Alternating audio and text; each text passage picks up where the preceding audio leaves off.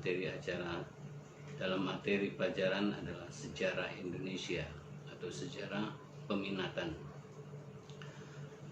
Sebelum kita belajar, mungkin ada yang baru bergabung dengan Bapak, karena sebelumnya Bapak belum pernah mengajar di kelas 10 dan kalian baru naik di kelas 11. Jadi sebelumnya saya akan memperkenalkan diri dulu kepada kalian semua. Nama saya Kak Abjalili. Saya mengajar mata pelajaran sejarah peminatan. Nah, anak sekalian, kalau kita bicara tentang sejarah, ada pepatah mengatakan jangan melupakan sejarah. Karena sejarah itu sangat penting untuk menata kita di masa yang akan datang, di masa depan. Jadi pentingnya sejarah tidak kalah penting dengan ilmu-ilmu yang lain. Pada pelajaran hari ini, siang hari ini, saya akan mengangkat masalah kerajaan-kerajaan Hindu-Buddha di Indonesia. Agama Hindu dan Buddha berasal dari India, ya, yang menyebar ke Asia, termasuk Indonesia. Jadi pertama kali Indonesia menganut agama Hindu dan Buddha di Indonesia. Tetapi sebelumnya di Indonesia sebetulnya sudah bangsa atau masyarakat Indonesia sudah mengenal agama dengan istilah animisme dan dinamisme, ya, animisme dan dinamisme. Di Indonesia pengaruh Hindu-Buddha itu sangat besar sekali, ya, sehingga muncul kerajaan-kerajaan bercorak Hindu-Buddha di Indonesia. Dahulu kala Indonesia belum ada istilah raja, karena raja itu muncul ketika masuknya budaya Hindu di Indonesia. Seiring dengan perkembangan politik, maka muncul kerajaan-kerajaan di Indonesia yang bercorak kepada agama Hindu dan Buddha.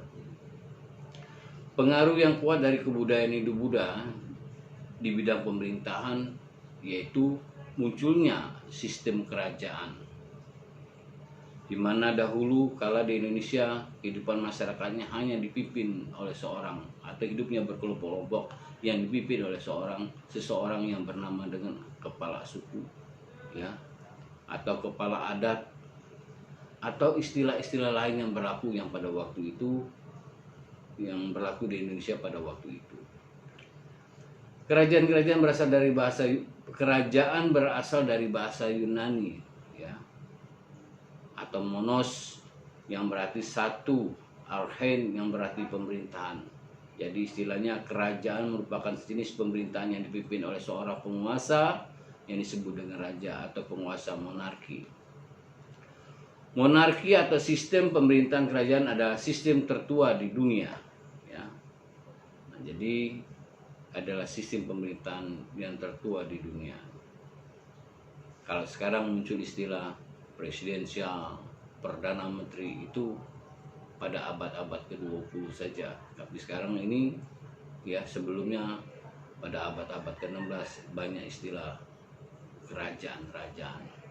Kerajaan dulu ada istilah kerajaan yang bercorak Hindu dan juga ada kerajaan yang bercorak Islam. Nah, istilah kerajaan itu kesannya adalah khusus untuk berbentuk dipengaruhi oleh agama Hindu. Nah, ada istilah lain, misalnya ada istilah kesultanan. Sultan itu sudah masuk agama Islam, corak yang beragama Islam. Lalu saya akan menyebutkan nama-nama kerajaan yang bercorak Hindu-Buddha di Indonesia, ya, yang pada waktu itu sebelum masuknya agama Islam di Indonesia. Seperti Kerajaan Kutai, Kerajaan Tarumanegara, Kerajaan Mataram kuno, Kerajaan Sriwijaya, Kerajaan Mataram kuno di Jawa Timur, lalu Kerajaan Kediri, Kerajaan Singasari, Kerajaan Majapahit, Kerajaan Buleleng, Kerajaan Tulang Bawang, Kerajaan Kota Kapur. Nah, itulah bentuk-bentuk, ya, kerajaan-kerajaan yang pada waktu itu, yang mestinya kita hanya mengenal ada dua kerajaan besar di Indonesia, yaitu Kerajaan Sriwijaya dan kerajaan Majapahit, ya. Tapi pada waktu itu kerajaan-kerajaan kecil juga mendominasi kehidupan masyarakat Indonesia pada waktu itu. Nah, itulah dulu yang bisa saya sampaikan berkaitan dengan kerajaan-kerajaan Hindu-Buddha di Indonesia. Mudah-mudahan dapat bermanfaat dan dapat kalian pelajari, ya. Jangan lupa kalian banyak-banyak membaca, ya, sejarah, karena sejarah itu sangat penting dalam kita menyikapi masa depan, terutama kalian semua. Kalian ingin memiliki masa depan yang baik, ya, harus ditata dari sekarang. Nah, kira-kira itu saja. Kalau seandainya kalian kurang paham, silakan kalian mengirim pertanyaan-pertanyaan atau mengirim ke WA yang sudah dibuat oleh kelas kalian masing-masing. Saya kira itu saja yang dapat saya sampaikan. Lebih dan kurang saya mohon maaf. Saya akhiri, wabillahi taufiq wal hidayah. Wassalamualaikum warahmatullahi wabarakatuh.